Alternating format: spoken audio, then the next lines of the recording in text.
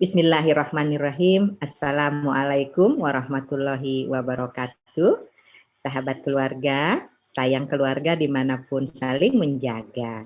Kita ketemu lagi dalam podcast Saga. Kali ini podcast Saga menghadirkan seorang tokoh yang sangat fenomenal yang sudah berkiprah di tingkat nasional. Nah, langsung saja kita kenalkan Surya Sahetapi. Halo Surya. Halo Ibu. Nah, Surya, apa Selamat kabar? siang. Selamat siang Ibu. Selamat siang, Surya sayang. Saya Senang kabarnya ketemu. sehat, Bu. Alhamdulillah Surya. Nah, ini tuh banyak ya di antara para penonton podcast Saga yang ingin berkenalan lebih jauh dengan Surya. Kita kenalkan dulu melalui video tapping ini ya.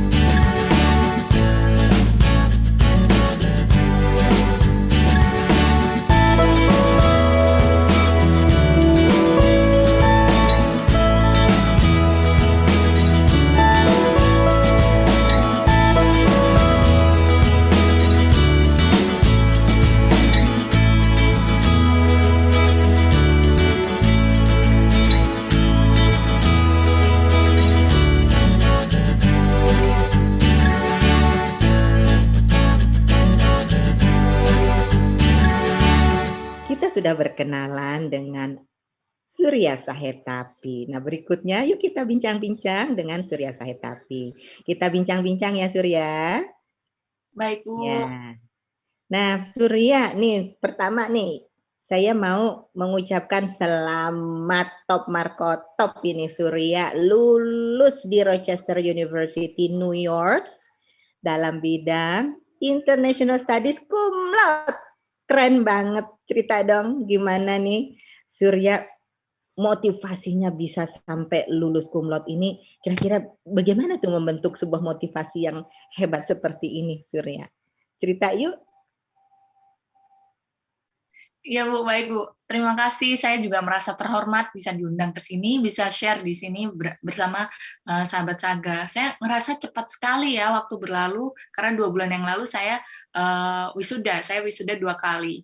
Karena dulu saya kuliah di Rochester itu mengambil 2 jurusan sebetulnya, Bu. Diploma dan juga S1. Nah, diploma itu saya lulus di tahun 2019 di jurusan ilmu sosial. Lalu saya S1 International Studies. Nah, mungkin saya mengambil S1 itu karena saya sempat magang di kantor Gubernur DKI Jakarta, Bu. Mungkin Bu Tuti ingat ya, kita sering ketemu dulu. Nah, itu tempat pertama kali untuk saya untuk belajar banyak hal soal pemerintahan. Dan pada saat itu saya merasa, kok kemampuan saya kurang ya. Lalu saya melihat di lapangan teman-teman tuli mengakses pendidikan, dan banyak hal itu masih kesulitan. Saya nggak bisa tinggal diam. Saya mikirnya pada saat itu seperti itu. Saya harus membantu anak-anak tuli supaya memiliki masa depan yang cerah. Artinya saya harus menjadi contoh, dan artinya mereka membutuhkan contoh. Nah, di dunia pendidikan itu mengatakan tempat yang terbaik untuk tuli itu di bidang pendidikan di Amerika. Nah, setelah magang, saya ikut program pertukaran pelajar, Bu, dari Kedutaan Besar Amerika. Saya datang kira-kira selama 1 bulan, tinggal di Amerika juga. Saya belajar banyak hal, ketemu banyak role model atau panutan. Ada Obama, ada seseorang yang bekerja untuk Obama, lalu ada orang yang bekerja untuk USAID, atau ya banyak hal, banyak orang yang saya temui sebagai teladan yang baik, dan saya merasa semakin penasaran. Saya ingin tahu banyak hal, saya ingin belajar banyak hal, dan saya mempersiapkan diri untuk masuk ke Rochester Institute of Technology di New York. alhamdulillah saya mendapatkan program diploma dan S1 dan saya dibantu beasiswa dari Jepang. Gitu. Keren banget Mereka Surya, memberikan Ibu tuh. support ke saya supaya saya bisa membantu Indonesia. Bukan berarti mereka memberikan beasiswa ke saya supaya saya bisa menyelesaikan studi.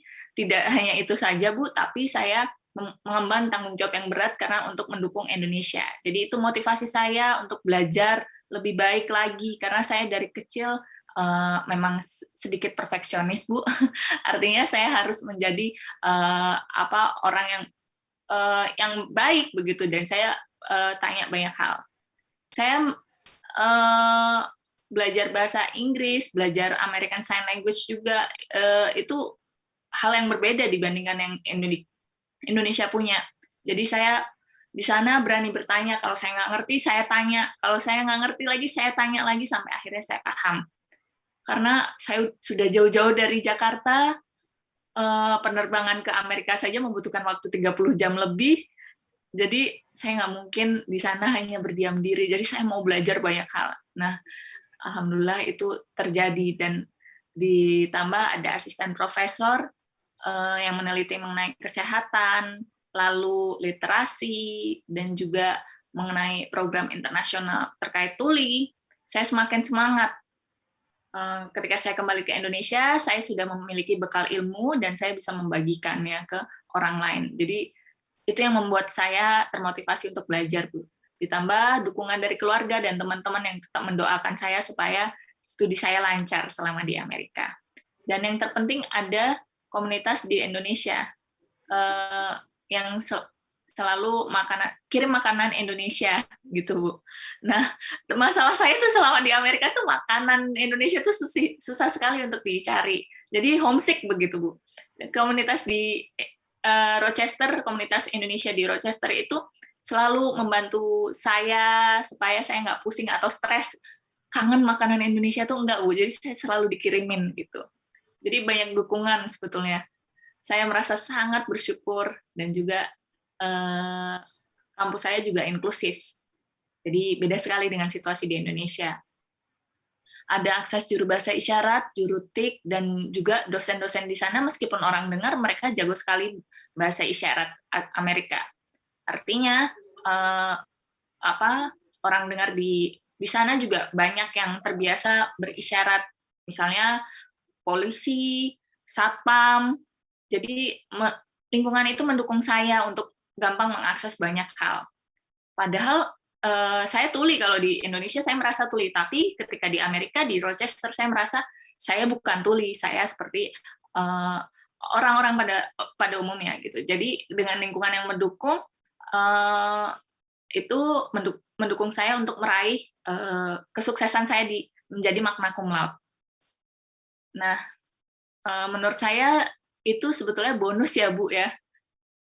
Yang terpenting adalah bisa memberikan semangat untuk anak-anak tuli untuk mendapatkan pendidikan yang lebih tinggi lagi, begitu, Bu. Itu. Itu luar biasa ya. Jadi apakah di sana itu ada semacam keharusan ya, setiap orang harus bisa belajar bahasa isyarat sehingga komunitas misalnya kepolisian, lalu kemudian yang memberikan public service di jalan-jalan atau di tempat di mana orang sering beraktivitas berlalu lalang tuh apakah ada kewajiban atau seperti apa sehingga kita tidak merasa kita jadi kayak di sana nggak tahu apa-apa gitu ya. Jadi itu luar biasa banget itu Surya, gimana tuh di sana aturannya tuh? Sebetulnya tidak ada yang mewajibkan, Bu. Tapi wajib memberikan akses komunikasi. Jadi bukan mewajibkan belajar bahasa isyarat, tapi wajib memberikan akses komunikasi. Ada beberapa orang yang tidak memahami bahasa isyarat, tapi mereka bisa berkomunikasi dengan teknologi. Misalnya ketika seorang tuli telepon orang dengar, ada layanan aksesnya untuk menghubungkan, namanya VRS. Virtual Video Relay System, Video Relay Service, Bu, maaf. Jadi ketika orang tuli menelpon orang dengar lewat panggilan suara, itu ada seseorang yang ada juru bahasa di sana. Lalu ada juga restoran yang selalu memberikan layanan dengan komunikasi dengan tulisan, Bu. Dan beberapa juga stafnya bisa berbahasa isyarat. Nah, kenapa bisa seperti itu? Karena di Rochester itu ada sekolah yang gurunya adalah guru tuli. Jadi mereka mengajarkan mata pelajaran bahasa isyarat. Artinya mereka sudah mengetahui cara berkomunikasi dengan tuli sejak sekolah di SMP dan SMA. Contoh, saya sering bertemu papasan dengan orang di jalan begitu. Saya sering mikirnya negatif. Contohnya ketika ketemu orang, ketika orang itu nanya ke saya, terus saya bilang saya jawab dengan bahasa isyarat, orang ini pasti cuek gitu. Tapi sebetulnya enggak, Bu. Ketika ketika saya mau coba tanya, saya mau nanya dong tempat A ini di mana ya? Ketika saya menggunakan bahasa isyarat, dia langsung menjawab dengan tulisan. Dan saya kaget banget, oh ternyata mereka udah biasa ya, gitu. Jadi terus-terusan seperti itu. Beda sekali pengalaman saya di Jakarta, orang itu nyuekin saya. Tapi ketika di Rochester, saya ngerasa kayak lingkungannya baru sekali, dan orang-orangnya beda sekali dengan di Jakarta. Karena di sekolah itu sudah diajarkan komunikasi dengan orang tuli atau orang disabilitas, jadi sudah tahu sejak dini. Karena pendidikannya dimulai sejak awal. Jadi ketika dewasa mereka paham, oh kalau ketemu tuli harus seperti apa, aksesnya bagaimana, seperti itu. Kalau orang tuli dengan bahasa isyarat, mereka ngelihatnya biasa aja, oh mereka lagi ngomong biasa kok. Kalau di Indonesia, masalah pendidikan untuk orang-orang non-disabilitas memahami disabilitas itu masih belum ada. Tapi kalau setelah lulus ngelihat orang dengan disabilitas, biasanya ditontonin, ih itu ada orang disabilitas, itu ada orang tuli, biasanya diomongin seperti itu. Artinya ini menjadi PR untuk Indonesia ya, Bu, supaya sistem pendidikannya bisa diubah, jadi memperkenalkan disabilitas mulai dari dini, bukan sejak kuliah, gitu, bukan sejak pendidikan tinggi. Jadi ketika dari kecil sudah bertemu dengan disabilitas, mengenal disabilitas, artinya dewasanya sudah biasa saja. Mungkin beberapa masyarakat belum paham, sebetulnya disabilitas itu ada dua perspektif. Disabilitas fisik, maksudnya bisa melihat, kalau bisa kelihatan lah orang itu netra, pakai tongkat, dan lain sebagainya. Dan juga yang kedua adalah disabilitas lingkungan yang membuat kami menjadi disabilitas. Contohnya, ketika dalam satu pertemuan, semua orang menggunakan bahasa Inggris, lalu ada orang Indonesia yang mengikuti pertemuan tersebut dan dia tidak memahami bahasa Inggris. Artinya, dia membutuhkan akses, betul kan ya, Bu? Nah, akses yang dia butuhkan adalah interpreter atau juru bahasa Inggris dan Indonesia. Nah, artinya dia jadi disabilitas di pertemuan tersebut. Nah, contoh yang lain, ketika teman-teman tuli ngobrol menggunakan bahasa isyarat, lalu ada satu orang dengar yang tidak bisa bahasa isyarat. Dia ikutan bergabung gitu. Dia nggak ngerti bahasa isyarat dan dia merasa terhambat. Artinya yang disabilitas adalah si orang dengar ini. Dan dia membutuhkan juru bahasa isyarat. Nah, artinya disabilitas itu bukan karena saya yang tuli atau orang itu disabilitas fisik, bukan. Tapi karena lingkungannya. Lingkungan itu yang membuat kami terhambat. Nah, dan gimana caranya supaya lingkungan ini lebih ramah dan kami bisa menjalani hidup seperti orang yang lain, gitu. Dan saya disabilitas karena orang lain tidak bisa berbahasa isyarat, bukan karena saya nggak bisa dengar, tapi karena orang lain nggak bisa bahasa isyarat, tidak ada teks bahasa Indonesia, dan lain-lainnya. Itu cukup menarik ya, Bu, perspektifnya, Bu. Ya, sangat menarik, Surya. Dan sambil dengerin ini tadi Surya ngobrol sama saya, bayangan saya itu kembali ke beberapa tahun yang lalu ketika kita sering bersama di Balai Kota, dan saat itu ada usulan Surya yang terus melekat di hati saya dan terus saya ingat, Surya, sampai sekarang, dan sudah sempat waktu itu dijalankan. Surya waktu itu bilang ke Ibu begini, Bu, bagaimana kami bisa beribadah sholat Jumat kalau khotib gitu ya, kemudian imam sholat Jumat itu apa namanya, tidak menyediakan penterjemah berbahasa isyarat. Itu saya ingat Surya dan, waktu itu sudah kita dorong untuk perbanyak kursus-kursus, bahasa isyarat yang, bisa ditempatkan di beberapa tempat, peribadatan. Nah, sambil juga dengerin kamu lagi ini sekarang, cerita pengalaman kamu bagaimana ketika di New York, kemudian bagaimana penjelasan kamu tentang definisi disabilitas. Ini sungguh juga, membuat perenungan mendalam buat saya pribadi untuk kemudian kita, sebenarnya, yang harus dipecah itu kan boundary ya, yang harus disambungkan itu adalah komunikasi ya. Bisa saja saya menjadi disabilitas ketika, Surya ngobrol dengan teman-teman yang lain dan saya tidak paham, saya yang disabilitas. Itu sebuah apa ya, sebuah pemahaman yang sangat-sangat mendalam yang saya kira esensinya itu bagaimana kemudian kita bisa saling, menyiapkan aksesibilitas, eee, inklusif kepada semua orang, secara inklusif kepada semua orang. Nah ini, saya dari obrolan ini Surya, langsung ya mendapatkan berbagai ide, terutama bagaimana kemudian nanti hal-hal yang bisa saya siapkan atau saya koordinasikan di lingkungan pekerjaan saya, yang saya pikir bisa kita tindak lanjuti segera kalau ada teknologi misalnya kayak tadi kalau telepon itu ada ya alatnya ya, kayak Surya cerita tadi ya, telepon terus ada alatnya. Lalu kemudian bagaimana secara inklusif kita menyediakan akses. Ini terima kasih sekali Surya pencerahannya luar biasa ya. Ini saya kira penonton juga banyak yang tercerahkan dengan apa penjelasan kamu tadi ini. Nah Surya, ini kamu nih sosok yang sangat istimewa luar biasa. Prestasi kamu juga nasional dan tadi beasiswa yang kamu dapatkan itu memang tidak hanya untuk pribadi dirimu sendiri, tapi ini akan kamu dedikasikan untuk nasional, untuk negara kita. Dan memang kamu sudah menjadi seorang tokoh di tingkat nasional. Semua juga udah tahu nih Surya, alhamdulillah.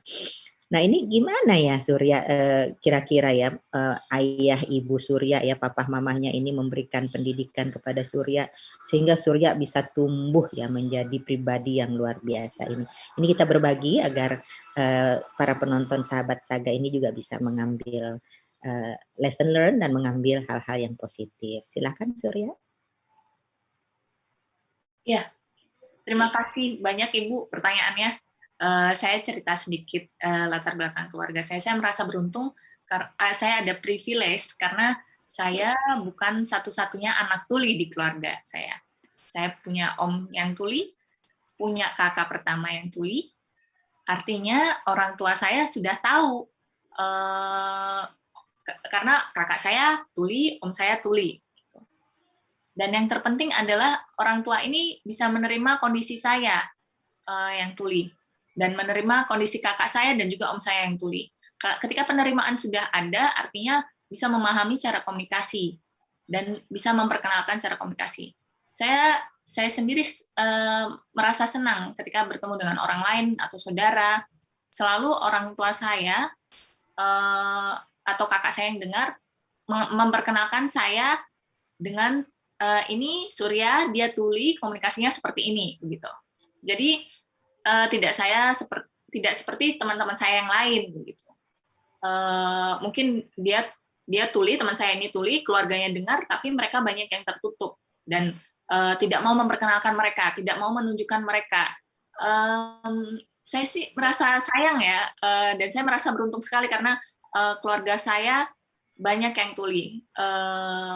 Om saya, kakak saya juga hidupnya lebih berat dibandingkan saya, karena saya generasi yang selanjutnya. Karena om itu satu-satunya di generasi dia yang terlahir tuli, pasti dia takut dan malu seperti itu, Bu.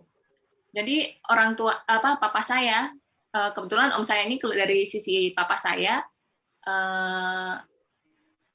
lalu papa saya punya anak yang tuli dan akhirnya anak yang pertama tuli, anak yang kedua dengar, anak yang ketiga saya tuli dan dia mau mengajarkan saya menyesuaikan dengan kebutuhan saya. Saya juga beruntung karena bahasa pertama saya bukan bahasa Indonesia, Bu, sebetulnya. Bahasa pertama saya adalah bahasa isyarat Jakarta. Bahasa isyarat Indonesia versi Jakarta. Lalu bahasa kedua saya bahasa Indonesia. Kenapa bahasa pertama saya bahasa isyarat? Karena kakak pertama saya mengajarkan ke saya bahasa isyarat itu. Jadi saya punya dua dunia gitu. Jadi apa namanya? Masalahnya adalah saya masih belum mengakses dunia luar karena saya hanya menggunakan isyarat yang digunakan di rumah saja, bukan isyarat yang seperti orang lain gunakan. Jadi karena dulu juga ada pandangan bahwa isyarat ini masih tabu ya Bu. Gitu. Jadi kalau orang lihat, orang itu pakai bahasa isyarat, kasihan dia nggak bisa ngomong. Jadi banyak stigma negatif begitu. Dan saya nggak suka dengan kalimat-kalimat seperti itu. Dan itu mendorong kami komunitas tuli ini untuk verbal. Dan pada saat itu kami juga bingung cara mengedukasi orang lain supaya bisa menggunakan bahasa isyarat. Sampai akhirnya teknologi ini mulai berkembang dan membantu kami, komunitas tuli, untuk bisa belajar cara advokasi ke masyarakat. Supaya masyarakat tidak menganggap bahwa bahasa isyarat ini tabu dan aneh. Karena sebetulnya bahasa isyarat ini setara dengan bahasa lisan. Seperti itu. Jadi saya sebetulnya bersyukur karena keluarga sudah menerima dan memahami cara komunikasi saya, dan itu satu hal yang sangat penting. Dan saya juga bersyukur karena orang tua saya juga mau mencari waktu untuk belajar gitu. Jadi modal kasih sayang orang tua yang luar biasa, penerimaan orang tua, lalu kemudian juga dimulai dari sikap orang tua yang mau terbuka kepada halayak umum tentang kondisi putra-putri tercintanya ini, juga memberikan dorongan ya tentunya kepada putra-putri ini untuk juga berbesar hati. Nah, ini para sahabat keluarga ini banyak hal yang bisa dicontoh dari hal ini. Jadi orang tuanya besar hati, anaknya juga besar hati. Nah, kira-kira nih kalau seperti Surya kan orang tuanya dua-duanya, ayahnya Bapak Ray Saitapi, ini orang yang memang public figure, ibunya Ibu Dewi Yul juga seorang penyanyi hebat. Ini barangkali juga merupakan satu modal juga untuk Surya ya, ditambah sikap keduanya sangat mendukung. Nah, tapi jangan berkecil hati di luar sana. Seandainya memang berasal dari keluarga yang biasa-biasa saja, tentu juga bisa. Ya, ini mungkin dari forum podcast Saga ini Surya bisa membagikan tips bagaimana ya membentuk tuh sikap kemandirian dan percaya diri gitu Surya. Kalau Surya ini kan sudah luar biasa, mandirinya udah terbukti di New York cum laude, magna cum laude ya, percaya dirinya apalagi ya. Nah tapi sekali lagi nih teman-teman Surya yang lain supaya juga yang masih misalnya ngumpet-ngumpet atau masih berdiam diri di rumah, masih belum pede keluar rumah, ini apa tipsnya supaya mereka bisa mandiri dan juga bisa percaya diri, Surya. Ya baik Bu. Itu proses untuk menjadi mandiri itu sulit ya, karena yang pertama kita harus izin ke orang tua dulu, karena orang tua kan khawatir karena akses di Indonesia membuat kami tidak bisa mandiri Bu. Nah, yang lebih menarik orang tua itu lebih senang ketika saya pergi ke negara yang lain dibanding saya harus pergi jalan-jalan di Indonesia. Contohnya saya pergi ke Inggris atau ke Amerika. Terkait keselamatan, teknologi mereka sudah lebih mumpuni gitu. Contohnya kalau saya di Rochester di Amerika itu kalau misalnya ada bencana, misalnya kebakaran dan lain-lain, itu teknologi itu alarmnya bukan alarm suara saja Bu, tapi juga alarm visual. Jadi saya bisa keluar gedung begitu, tidak seperti di Indonesia. Atau ketika ingin lapor ke polisi, saya harus minta tolong ke tetangga kalau di Indonesia, bergantung ke orang lain. Saya tidak bisa mandiri. Kalau di Amerika, teknologinya sudah ada untuk telepon pakai suara meskipun saya tuli. Tapi ketika berkomunikasi dengan keluarga dan teman-teman, harus membangun kepercayaan supaya mereka bisa memberikan kita kesempatan untuk hidup mandiri. Contohnya mungkin tinggal di kos. Saya pernah agar orang tua ini percaya kalau saya ini bisa mandiri, pada tahun 2014 saya pernah diundang sama Pangeran Philip untuk mendatangi London selama satu minggu di London. Tapi saya coba selama 1 minggu kegiatan itu saya coba komunikasinya saya hentikan. Saya ingin membuktikan saya bisa ketemu teman-teman dan lain-lain sebagainya. Karena negara maju biasanya tuli itu hidup mandiri itu sejak sekolah. Saya ingin mempelajari banyak hal dari teman-teman tuli yang tinggal di London.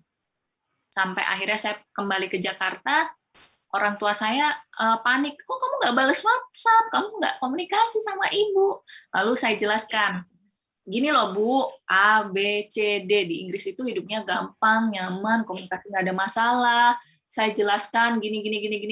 Akhirnya ibu saya mulai terbuka dan beliau menerima saya sudah bisa mulai hidup mandiri. Seperti itu.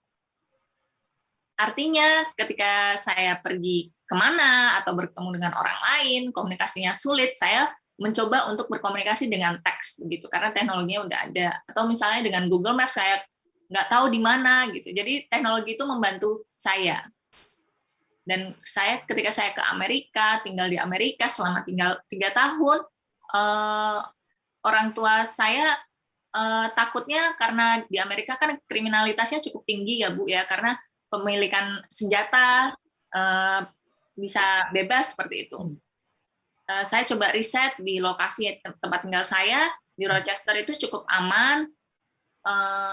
Mana yang aman, mana yang tidak, terus kontak yang bisa dihubungi, nomor kepolisian kalau ada masalah, ada 911, lalu ada VRS, dan tidak ada masalah. Alhamdulillah, saya sering telepon ibu saya dengan VRS, tapi dengan bahasa Inggris, karena juru bahasa di Amerika tidak bisa berbahasa Indonesia. Dan saat ini, saya berharap mungkin orang tua bisa memberikan kesempatan anaknya untuk hidup lebih mandiri. Atau mengajak teman-teman disabilitas yang mungkin sudah dewasa dan hidup mandiri, untuk memberikan tipsnya, caranya gimana sih supaya anak ini bisa hidup lebih mandiri. Contohnya beberapa tahun lalu, saya menjemput anak tuli usia 16 tahun untuk jalan-jalan, saya izin ke orang tuanya. Orang tuanya tuh sebetulnya khawatir, tapi mau anaknya mandiri. Ya udah, akhirnya saya ajarkan untuk belanja, untuk ketemu orang dan lain-lain sebagainya. Dan sekarang dia sudah mandiri, tidak bergantung ke orang tua, dan orang tuanya juga senang dan tidak memberatkan ke orang tuanya juga. Artinya masalahnya itu bukan karena dia tuli, tapi kesempatannya ini, Bu. Kesempatan untuk belajar supaya dia bisa menjadi lebih mandiri. Itu yang diperlukan. Kalau orang tuanya bisa berkomunikasi dengan baik, otomatis anaknya bisa mandiri, begitu Bu. Jadi ingat, teknologi ini membantu kita loh untuk hidup lebih mandiri. Wah, seru banget nih Surya. Jadi untuk supaya mandiri ini Surya, kalau bisa kita dijabarkan lagi, selain faktor orang tua yang was-was karena saking sayangnya dan khawatir ketika dia keluar rumah ini khawatir lingkungannya juga belum suportif seperti yang Surya alami di Amerika, di Inggris kan suportif sekali lingkungannya ya. Nah, ini kira-kira lingkungan yang seperti apa dan apa ya yang penting ya, yang penting, yang esensial yang harus kita lakukan gitu ya oleh baik pemerintah, baik masyarakat, baik siapapun agar supaya teman-teman yang seperti Surya dan kawan-kawan yang lain ini ketika menginginkan mandiri, di samping orang tuanya juga harus tega melepas quote unquote melepaskan anaknya untuk mandiri. Juga lingkungannya nih apa ya Surya yang diperlukan ya Surya? Surya kan udah di Amerika, udah di Inggris ya. Bandingin ketika Jakarta aja, nggak usah provinsi lain, di Jakarta dulu aja. Kira-kira yang sangat utama yang dibutuhin apa ya Surya ya?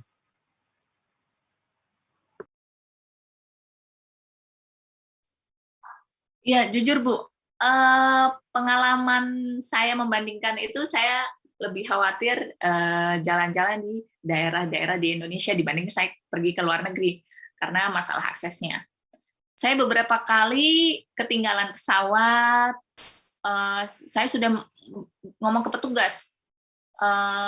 Sebetulnya bukan karena masalahnya tinggal di Indonesia, tapi karena lingkungannya itu, karena sistemnya, sistem pelayanan transportasi ini, harus diperbaiki Bu, supaya bisa membuat kami hidup lebih mandiri. Sistem teknologinya juga, contohnya ketika di bandara ada pengumuman pesawatnya jam berapa, atau aplikasi, mungkin di aplikasi pesawatnya boarding, atau mungkin teknologi yang belum siap, artinya petugasnya harus bisa lebih sensitif begitu Bu. Mungkin ketika pesawatnya ini siap untuk boarding, ketika tahu ada penumpang yang tuli, mungkin penumpangnya bisa ditepuk Bu pundaknya lalu memberitahukan seperti itu. Lalu yang kedua, sistem informasi dan komunikasi. Misalnya saya ingin telepon polisi atau dokter harus dipermudah, karena sekarang ini saya masih minta tolong ke orang lain, tolong dong teleponin polisi, tolong dong teleponin dokter, seperti itu. Jadi belum bisa mandiri. Nah, alhamdulillah karena adanya pandemi COVID, ini membantu kami melaporkan jadi lebih mudah lewat aplikasi, lewat aplikasi, jadi bisa berkomunikasi secara jarak jauh seperti itu. Tapi butuh ditambahkan, misalnya ketika ada bencana alam, kalau ada kebakaran, itu masih harus telepon kan ya Bu, tidak bisa teks, semua yang darurat itu harus telepon. Kalau bisa ya semua hal yang bisa diakses oleh orang-orang tuli meskipun dalam kondisi darurat. Kalau saya lihat perkembangannya lebih positif karena saat ini banyak calon-calon dokter yang ingin belajar bahasa isyarat. Saya berharap ke depannya polisi juga mau belajar bahasa isyarat supaya ketika ketemu orang tuli, polisi itu paham cara komunikasi dengan orang tuli. Kemarin ketika saya pulang, tiba di Jakarta, saya ketemu dengan tentara, kelihatannya masih belum paham dengan bahasa isyarat, jadi dia kebingungan cara komunikasi dengan saya bantu dengan tulisan, dia masih bingung, masih kaget gitu Bu. Artinya PR ke depannya, kurikulum, mungkin aparat penegak hukum harus bisa berkomunikasi dengan tuli. Kemarin ketika saya kembali ke New York, ke Rochester, ada ketika saya baru tiba di Rochester, itu banyak sekali tentara yang meminta surat kesehatan. Saya bilang saya pakai isyarat.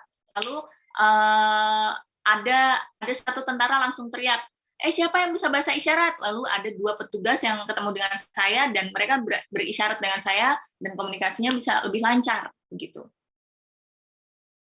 Nah, mungkin dengan contoh seperti itu artinya sistem pendidikannya mulai diubah, pendidikan dokter, polisi, dan aparat penegak hukum dan semua orang-orang yang bertugas di pelayanan publik, mungkin ada pelatihan cara berkomunikasi dengan orang tuli dan juga orang disabilitas. Misalnya dengan bahasa isyarat atau menyiapkan teknologi A, B, C, seperti itu, Bu. Nah, saya merasa di Jakarta sudah lumayan, tapi di daerah mungkin perlu diedukasi secara perlahan-lahan, mungkin kita pelan-pelan mengedukasi masyarakat supaya mengubah sistem lebih ramah disabilitas dan juga tuli. Begitu, Bu. Baik Surya, terima kasih. Jadi kebutuhan-kebutuhan ini yang perlu kita sering ketahui agar kita terus bisa meningkatkan jumlahnya. Seperti yang tadi di awal kita ngobrol, bahwa mungkin sudah mulai ya di Jakarta atau di Indonesia secara keseluruhan, sudah mulai ada fasilitas-fasilitas, namun jumlahnya yang perlu ditingkatkan. Saya jadi ingin tahu tentang ini tadi yang Surya bilang, teknologi untuk contoh seperti transportasi tadi ya, ketika announcement atau pengumuman di bandara itu seperti apa di negara-negara maju supaya disabilitas bisa paham Surya, supaya nggak ketinggalan. Nah, iya Bu, kalau di aplikasi pesawat di Amerika misalnya ada pengumuman. Jadi aplikasinya itu akan update Bu, akan muncul notifikasinya, pintu berapa masuknya di pintu berapa, lalu berapa jam lagi akan terbang, seperti itu ada di notifikasinya. Kalau ada informasi mendadak, pesawatnya delay atau mungkin gate-nya ganti, pintunya ganti, seperti itu ada pengumumannya juga, langsung terhubung dengan aplikasi itu. kalau pesawat atau maskapai di Indonesia masih belum ada, artinya masih bergantung ke petugas. Sebetulnya saya sudah memberikan masukan ke beberapa maskapai, tapi masih diproses. Tapi ya sistem teknologinya harus diperbaiki, Bu. Mungkin mudah-mudahan sih 1-2 tahun lagi bisa lebih baiklah sistem informasinya supaya saya tidak bergantung ke orang lain, jadi hanya menggantungkan ke aplikasi ini. Baik, ya sambil juga nunggu pandemi ini reda, maskapai kita bebenah juga, ya. Oh gitu ya. Saya juga sambil memahami kebutuhan ini dikaitkan nanti dengan bidang tugas saya juga. Jadi kalau bermain di aplikasi itu update segala sesuatu bisa dikirim lewat aplikasi ya. Dan kalau ada notifikasi di handphone ini kan bisa diketahui ya, bisa ketahuan ya notifikasinya. Iya betul. Nah, Surya, ini kita sudah bincang-bincang luar biasa ya, banyak sekali yang kita sudah dengar dari Surya yang luar biasa. Untuk closing podcast Saga ini, tolong Surya berikan pesan-pesan ya yang bisa untuk orang tua, bisa juga untuk sesama penyandang disabilitas, agar juga bisa berprestasi sukses seperti Surya. Silakan Surya. Baik, Bu. Terima kasih. Saya mau mengingatkan lagi, disabilitas itu bukan karena kami yang disabilitas, tapi karena lingkungannya. Lingkungan yang membuat kami menjadi disabilitas. Artinya PR kita semua untuk membuat lingkungan supaya anak-anak dan teman-teman disabilitas itu bisa menikmatinya. Dengan cara mengubah, dengan mengedukasi masyarakat yang belum memahami jadi lebih paham. Dan kita tetap selalu berjuang untuk mengedukasi hal tersebut supaya kita bisa membuat Indonesia lebih ramah untuk disabilitas dan semua orang. Jadi tetap belajar terus-menerus, jadi menjadi seseorang yang long life learner. Seperti itu, semangat semuanya.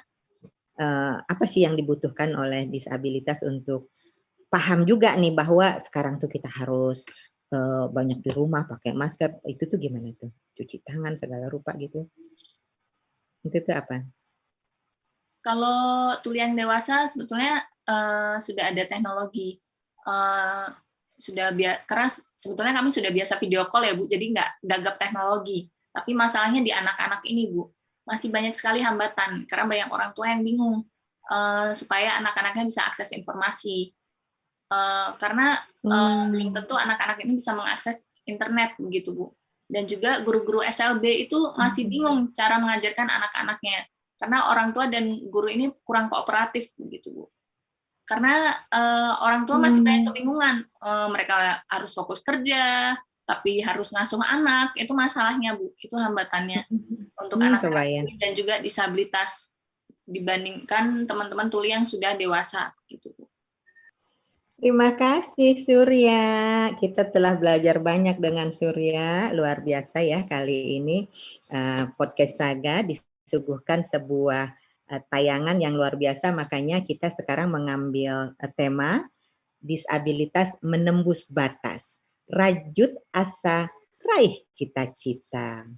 Nah, para sahabat keluarga dimanapun berada dengan tema yang kita suguhkan dan juga dengan pembicaraan dengan tokoh yang sangat hebat, Surya Said Tapi, mudah-mudahan ini menginspirasi kepada kita semua, pengambil keputusan dari kalangan pemerintahan, perusahaan-perusahaan yang juga mesti terbuka, harus terbuka menerima disabilitas, masyarakat luas secara umum juga harus ramah dan memberikan akses kepada disabilitas, dan ada tadi usulan yang luar biasa dari Surya, para penegak hukum, Pak Polisi, ya kemudian juga yang memberikan layanan-layanan umum, hendaknya juga mulai belajar bahasa disabilitas, dan juga memasang teknologi-teknologi terkini yang memungkinkan disabilitas untuk bisa akses melalui telepon misalnya, dan juga sarana-sarana lainnya yang dapat dipahami kedua belah pihak. Ini beberapa catatan tadi yang saya sambil mendengarkan Surya ya. Orang tua juga mulai mulai terbuka kepada dunia luar tentang kondisi putra-putrinya, agar putra-putrinya pun bisa beraktivitas dan juga bisa mendapatkan akses yang lebih baik lagi, jangan malah ditutup-tutupi di rumah. Kemudian kepada semua pihak saya kira, ini adalah saatnya kita untuk membunyikan lagi alarm kita bersama akan, layanan-layanan inklusif kepada seluruh kalangan yang perlu terus kita tingkatkan bersama. Inisiasi-inisiasi yang sudah dimulai baik oleh pemerintah pusat maupun, pemerintah daerah di berbagai daerah ini kita genjot lagi, diperluas lagi, ditingkatkan lagi. Terima kasih sudah menginspirasi Surya, dan kepada sahabat keluarga dimanapun berada, jangan lupa ini tolong subscribe dan like, komen, serta share sebanyak-banyaknya agar semakin banyak para keluarga-keluarga yang mendapatkan edukasi, yang mendapatkan inspirasi dari kisah-kisah yang sangat menarik ini. Akhirnya kita semua tentu mengucap puji syukur kehadirat Allah Subhanahu wa taala bahwa kita memiliki seorang tokoh hebat ya seperti Surya ini yang tokoh di tingkat nasional dan juga memiliki ya pengalaman internasional yang dapat diterapkan untuk kemajuan bangsa kita. Terima kasih Surya sekali lagi. Yuk kita sapa para viewer kita, sahabat keluarga. Terima kasih Surya. Terima kasih para sahabat keluarga. Terima kasih semuanya. Sehat-sehat terus semuanya.